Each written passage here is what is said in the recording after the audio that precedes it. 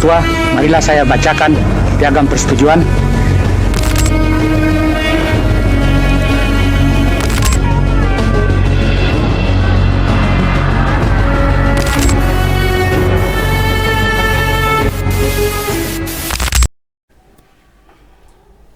Oke, Assalamualaikum warahmatullahi wabarakatuh. Hari ini kita kedatangan narasumber baru yang tidak kalah spesial dari narasumber yang sebelumnya. Ini dia, Admiral. Terima kasih sebelumnya sudah mengundang saya ke sini. Gimana, Mir? Sehat? Lumayan Lumayan ya, iya. sehat. Agak sedikit batuk sih, tapi tidak memberhentikan saya untuk podcast ke sini. Asik, perjuangan yang luar biasa ya, Admiral. Walaupun sakit tetap semangat. Iya. Dan semoga menjadi kesembuhan ya podcast ini. Amin. Oke, hari ini kita akan bahas salah satu topik yang menarik, masih dalam tema fashion. Tapi yang menariknya kita akan bahas tentang satu topik yang mungkin digemari oleh anak-anak sejarah, digemari oleh siswa-siswa SMA juga, yaitu tentang Nazi Jerman. Ada satu tokoh yang identik dengan Nazi Jerman. Oh, pasti Adam juga tahu siapa, Adam? Adolf Hitler. Adolf Hitler, luar biasa. Itu bagi sebagian orang adalah pahlawan Nazi Jerman, dan sebagiannya lagi memang sebagai pembunuh massal Yahudi ya di peristiwa Holocaust.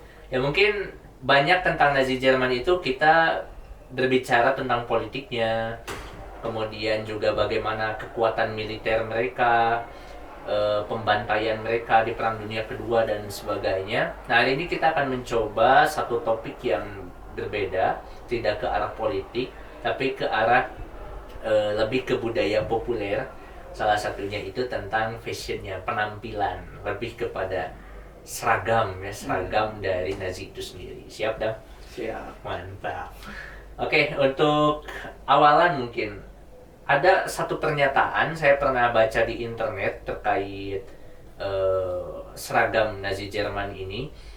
Ada yang mengungkapkan bahwa di antara semua seragam tentara di Eropa, khususnya di Perang Dunia Kedua, semuanya tuh biasa aja, kecuali Nazi Jerman. Pendapat Adam gimana, Adam? Kalau itu saya setuju. Kalau saya lihat sendiri juga ya, kalau misalnya dari militer Amerika, dia itu bajunya hanya warnanya hijau muda, terus polos, sama helm. Terus kalau Inggris juga tidak hampir jauh, paling hanya yang bedanya dari segi warnanya aja. Oke. Terus kalau Uni Soviet sama juga standar, bahkan lebih standar, dikarenakan kan pada masa itu kan sedang dijajah ya oleh Nazi Jerman. Terus produksi bajunya, produksi seragamnya juga kurang produktif.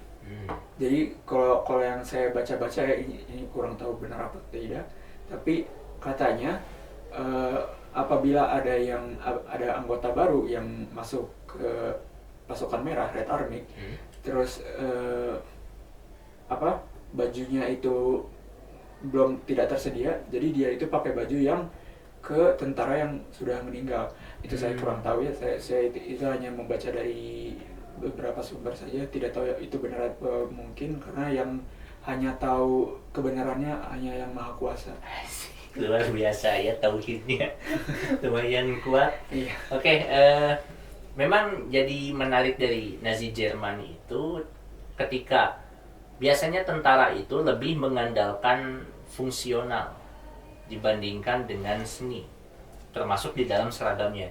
Ya mungkin tadi juga terkait tentara Inggris, tentara Uni Soviet, tentara Amerika dan lain sebagainya, lebih kepada fungsi seragam itu sebagai penutup badan atau upaya strategi militer.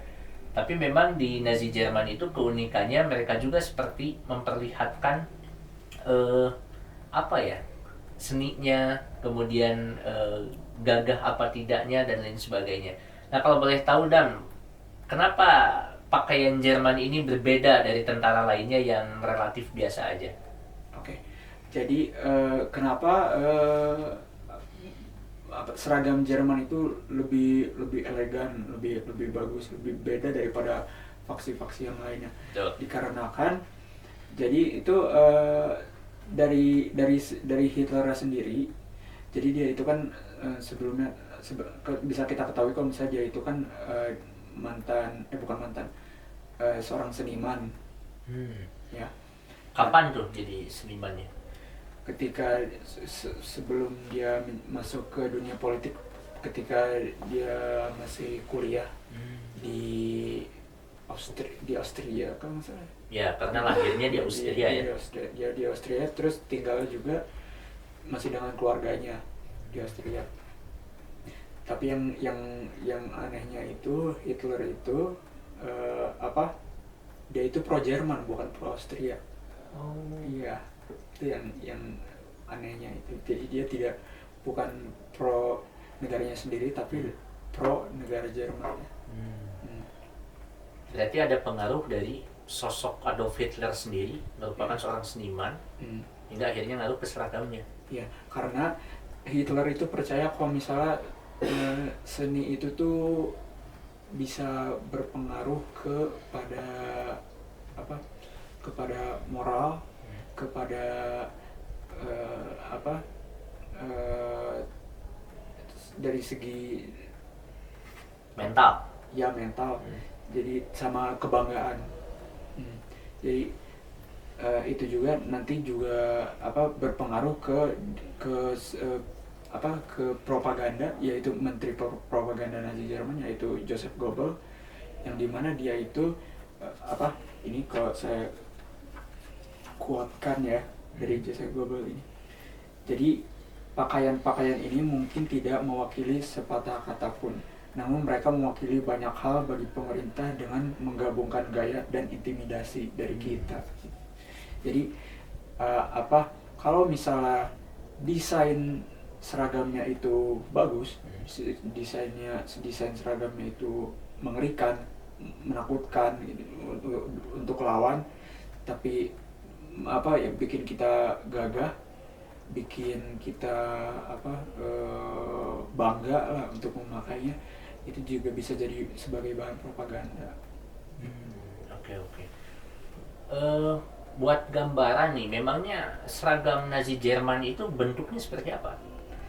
Oke, jadi kalau dari seragamnya itu, ini saya fokus ke Schutzstaffelnya aja ya. Oke, Schutzstaffel itu apa?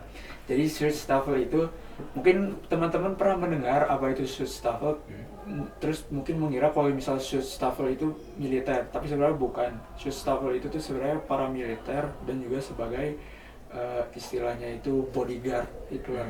Jadi kan sebelumnya kan ada SA, Sturmabteilung. Nah, jadi itu tuh Hitler itu butuh bodyguard baru lagi yang bisa memancing partai politiknya dia. Nah, dan juga tuh waktu itu tuh Hitler itu tuh nggak percaya sama militer.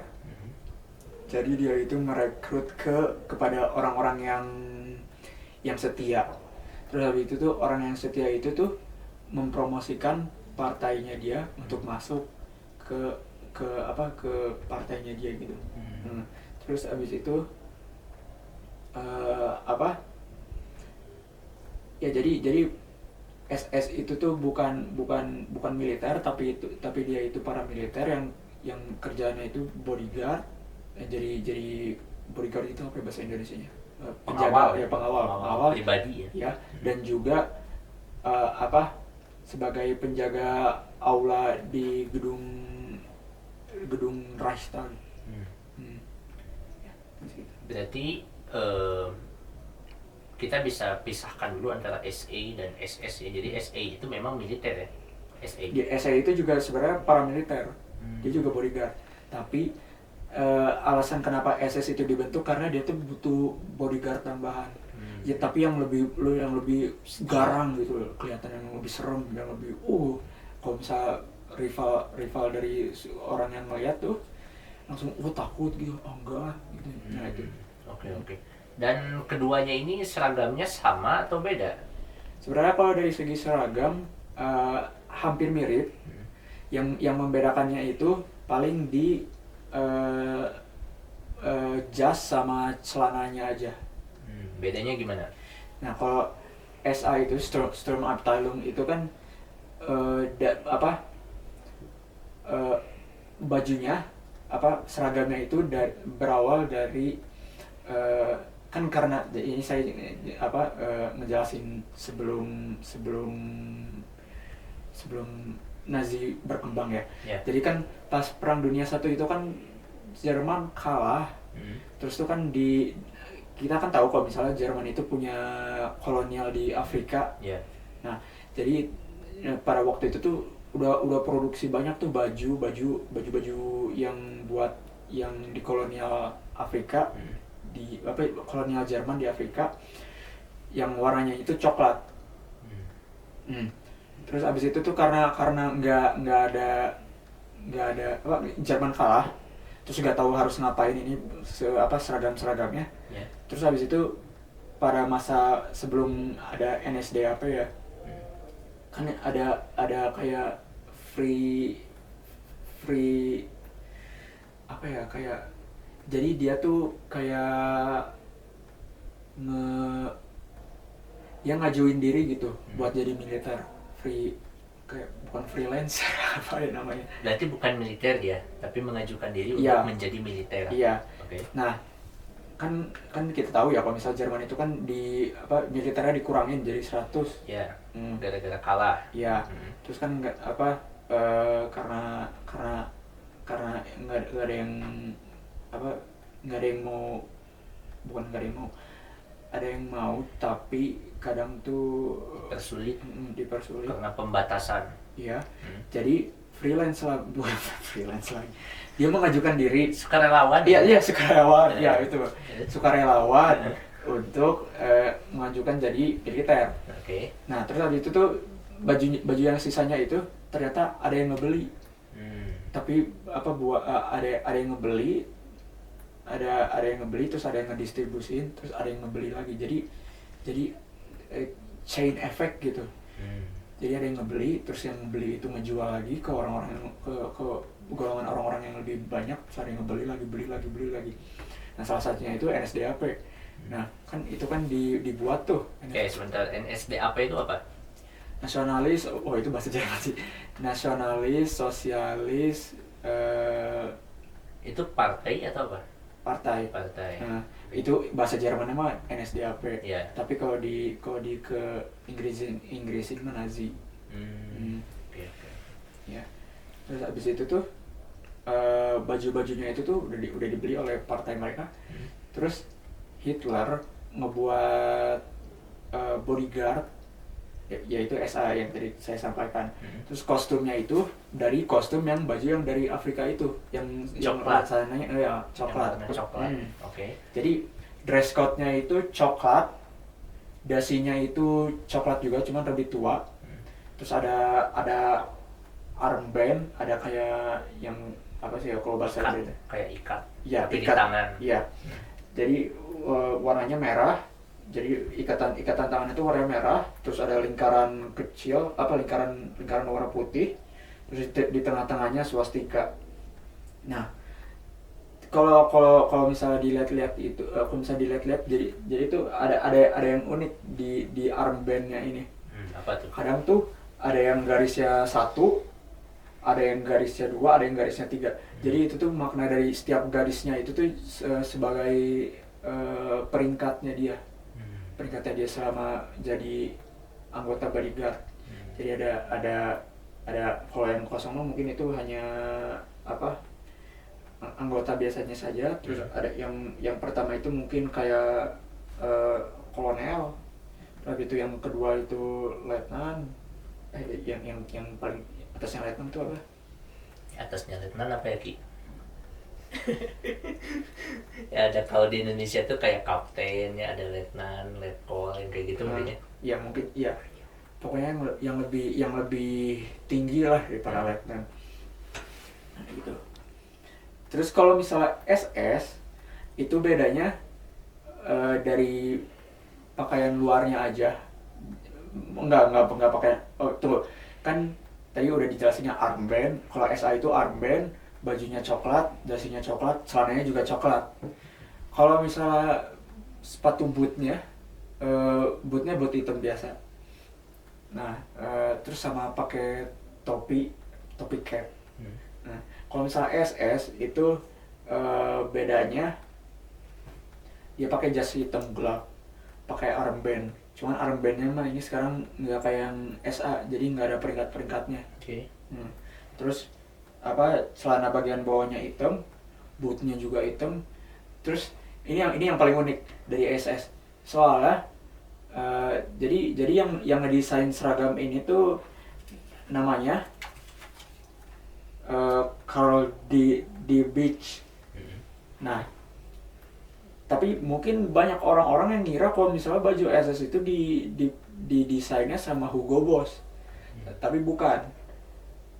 Tapi yang desainnya ini yaitu salah satu anggota partai NSDAP juga, yang dimana dia itu pada tahun 1920 ya, di tahun 1920 itu kan dimana Partai Komunis sama NSDAP kan bersaing tuh. Banyak anggota-anggota yang meninggal. Nah, jadi dia itu keluar dari partai gitu. Terus di tahun 1930 dia itu lagi bergabung lagi. Ya, terus tapi dia itu gabungnya ke SS. Dia bukan anggota SA, tapi dia kayak anggota biasa aja. Terus habis itu dia ngajuin desain buat seragam SS. Nah,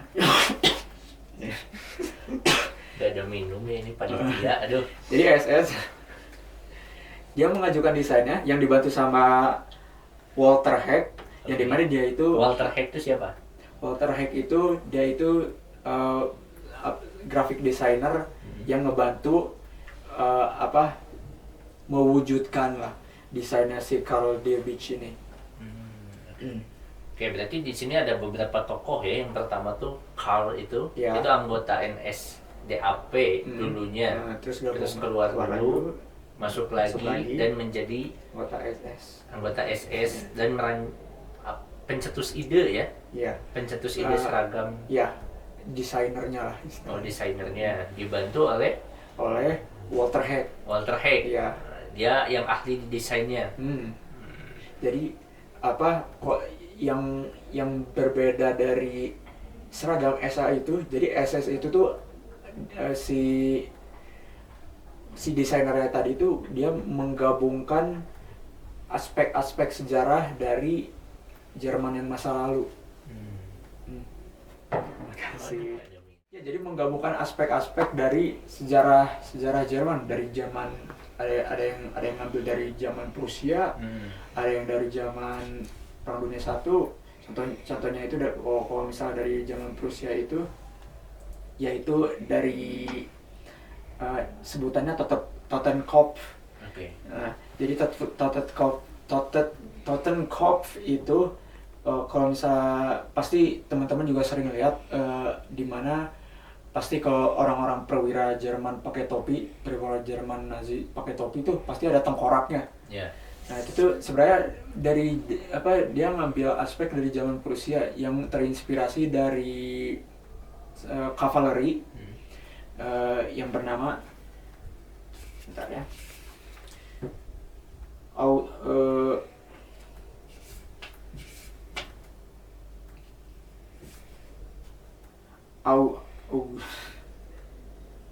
ini dia, August von Mackensen. Itu kavaleri zaman Prusia. Dia dari zaman Prusia sampai Perang Dunia I. Nah, terus si August von Mackensen ini ternyata ada sebutan julukan yaitu kavaleri terakhir. Alasannya kenapa disebut kavaleri terakhir? Kalau menurut saya sih mungkin dikarenakan sudah jarangnya pemerintah Jerman ketika perang pakai kavaleri ya, jadi diganti dengan tank, baja, terus sama artileri, sama infanteri, udah itu aja. Mungkin karena ada sebutan terakhir, kavaleri terakhir, mungkin itu yang menjadi alasannya. Oke. Dan itu dari Prusia ya? Hmm. Terus dari apa lagi yang SS? Terus ada kalau misalnya yang paling mencolok tuh logo SS di kerahnya. Nah itu tuh ternyata dari terinspirasi dari zaman kuno, tapi mungkin saya kurang tahu kunonya dari negara mana. Soalnya kan dulu mah kan Jerman terpisah-pisah. Yeah. Sebelum Otto von Bismarck menyatukan jadi Empire Jepang, Empire of Jerman. Yeah. Nah, mungkin mungkin dari salah satu negara bagian Bavaria. Oke. Jadi logonya itu terinspirasi, jadi bentuknya itu kayak S tapi melengkung gitu. Jadi contohnya kayak gini nih. Nah, saya dilihat. Oke, coba liatin ke kamera. Ya, Kelihatan tidak kameramen? kameranya terlihat tidak. Jadi ini contoh yang dari zaman dulu yang menginspirasi logo dari SS. Yang dimana kalau diartikan itu artinya matahari. Nah, tapi orang Jerman, orang Nazi Jerman, orang SS ngambil itu terus kayak ngeduain, ditambahin satu lagi, terus ngeganti artinya. Oh enggak, ini artinya bukan matahari, tapi ini artinya Sieg, SIEG, yang artinya kemenangan. Mental Jerman ya. Iya. Menang. Pokoknya mental mereka tuh Jerman di atas semua. Uber alles. Uber alles. Deutschland, Uber alles. Nah, terus habis itu pindah ke armbandnya. Yang bisa dibilang sama, tapi ini alasan yang bikin mencolok baju seragam SS itu. Okay. Karena dari apa ya sebutannya? Depannya S. Depannya S. Pokoknya karena bajunya gelap, pakaian warna dasarnya gelap, terus ininya merah ngejreng, itu tuh jadi sorot pandang yang dimana menjadi sebuah alat propaganda, dan ternyata itu beneran berhasil. Berhasil Yeah. menarik orang-orang untuk bergabung ke SS. Nah, terus habis itu tuh banyak orang-orang yang kalau setiap kali yang tadi saya sebutkan yang pepatah Goebbels, kalau misalnya seragam itu tidak berbicara tapi menjadi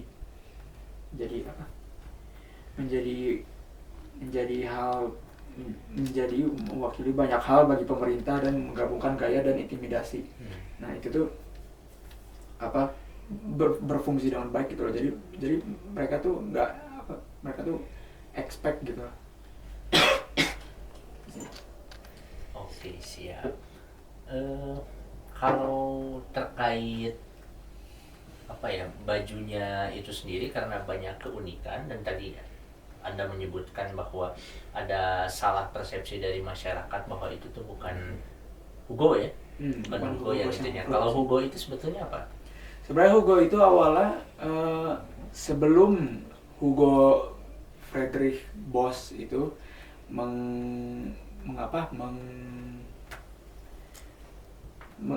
mengambil alih dari mengambil alih Hugo Boss itu. Sebelumnya itu ternyata itu perusahaan clothing, perusahaan baju milik ibunya. Okay. Nah, terus habis itu tuh dia mengambil alih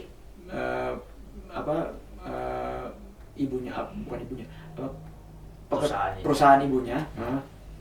Karena kurang tahu ya alasannya kenapa dia, mungkin karena ibunya meninggal atau saya kurang tahu, tapi dia mengambil alih itu terus mengubah namanya jadi Hugo Boss. Terus dia itu awalnya cuma produksi kayak baju-baju biasa, jadi kayak baju-baju kerja gitu, baju-baju polisi, baju-baju tukang pos, terus pakaian olahraga sama apa jas hujan. Jas hujannya bukan kayak jas hujan yang kayak kita ya, bukan plastik tapi jas beneran jas. Nah, terus kemudian mengalami apa si Hugo itu mengalami kebangkrutan ternyata. Bukannya kaya tapi malah bangkrut. Terus habis itu dia menjual sebagian asetnya. Jadi dia itu cuma tinggal tersisa 6 mesin jahit doang. Terus habis itu si Hugo ini masuklah ke partai Nazi. Terus habis itu dia dapat sponsor dari SS. Kalau misalnya apa dia dapat sponsor, dapat kayak apa sih? Dana ya, untuk membuat apa produk bajunya buat SS itu yang dirancang oleh Carl Dietrich ini. Terus dia itu sebenarnya bukan produksinya doang, tapi juga dia itu apa kayak penasehatnya juga. Jadi kayak memilih bahannya terbuat dari apa, terus apa ya bahannya dari apa, terus gimana metodenya dan lain-lain gitu. Karena Jerman ini terkenal nasionalis ya, lebih nasionalis. Oke, mungkin ini pertanyaan terakhir, apakah bahannya juga dari Jerman? Kalau bahannya sih banyak yang bilang iya dari Jerman. Jadi dia itu ini ada hubungan sama itu sih, sama apa pekerja paksa. Gimana tuh? Jadi apa ya kan bisa kita ketahui kalau misalnya yang kayak pekerja paksa itu kan memproduksi barang semaksimal mungkin dengan upah minim atau bahkan sampai ada yang gak diupah. Terus dia itu tuh apa karena dana pasca Nazi itu apa beneran jadi pemerintah Jerman. Dia tuh jadi apa uang negaranya tuh punya buat mereka. Terus habis itu dananya itu di mungkin ada yang dibeli dari luar, ada yang dari luar negara, mungkin ada yang dari negara temannya atau enggak dari negara tetangganya. Terus ada juga yang produksi lokal tekstilnya. Terus abis itu belum beres gitu aja. Sama ini yang paling unik dari kostum SS ini, dimana setiap anggotanya itu jadi dia tuh dijahitnya custom gitu. Maksudnya custom jadi beneran individu. Jadi kan kalau misalnya biasanya mah kan apa contohnya Perang Dunia I lah pas Jerman. Jadi dia produksi banyak yang ukurannya itu aja. Produksi massal. Terus yang pokoknya range dari size-nya itu terbatas. Nah, kalau misalnya SS itu tuh bukan SS sih, tapi yang diproduksi oleh Hugo malah apa dia tuh sesuai dengan ukurannya itu sesuai dengan postur badan si orangnya itu. Nah, jadi makanya tuh kalau misalnya dilihat tuh dari foto-foto orang-orang yang pakai baju SS, anggota SS itu tuh kelihatannya rapi, terus fit. Kenapa? Soalnya itu gara-gara apa kan apa sebagai alat propaganda. Terus kalau misalnya mau ketemu sama pemimpin besarnya, masa bajunya longgar. Ya, biar terlihat lebih proporsional di hadapan pemimpin. Terus tuh apa kenapa dia apa kudu rapi, yaitu karena tadi propaganda. Kenapa? Karena Hitler itu percaya dia itu percaya ke seni, karena dia itu percaya kalau misalnya gambar itu bisa apa ya sebutannya mempengaruhi sama bisa jadi pandangan gitu loh. Menanamkan nilai-nilai terus kan ada teknologi yang baru yang namanya video. Nah jadi Hitler itu punya pandangan, punya mimpi lah. Kalau misalnya dari video ini tuh orang-orang tuh ketika ngeliat video ini tuh kalau Jerman itu serem, gagah, terus sama formal gini. Iya. Gitu. Kelihatannya profesional, serem ditakutin. Oke, memang luar biasa ya pembahasan mengenai keunikan seragam Jerman. Ya memang patut diacungi jempol, dan Jerman ini selain militernya yang kuat, mobilisasi yang hebat, dari bajunya saja mereka sudah menggetarkan jiwa gitu ya. Belum perang tapi musuh tuh udah waduh. Iya. Ada Nazi. Jadi ibarat tuh banyak yang bilang kalau misalnya itu tuh baju Jerman itu tuh kulit kedua. Oh iya. Jadi mereka tuh nganggep kalau misalnya ketika mereka pakai baju tuh kulit asli dia tuh kulit layer pertama, dan bajunya itu seragamnya itu layer kedua. Jadi kayak waduh, ini baju ini seragam ini impactnya besar juga. Iya. Nambah moral. Oke, siap. Memang luar biasa ya. Oke, karena keterbatasan waktu, terima kasih Adam. Nanti kita ngobrol-ngobrol lagi tentang ini. Ya mungkin itu aja teman-teman terkait keunikan seragam-seragam Jerman. Sangat menarik sekali, dan semoga ini menjadi inspirasi mungkinnya bagi tentara-tentara di masa depan, walaupun Nazi Jerman itu pakaiannya dilarang ya sekarang, kecuali untuk industri mungkinnya terkait film ya, dan lain sebagainya. Oke, itu saja. Wassalamualaikum warahmatullahi wabarakatuh. Waalaikumsalam. Terima kasih atas mengundang saya.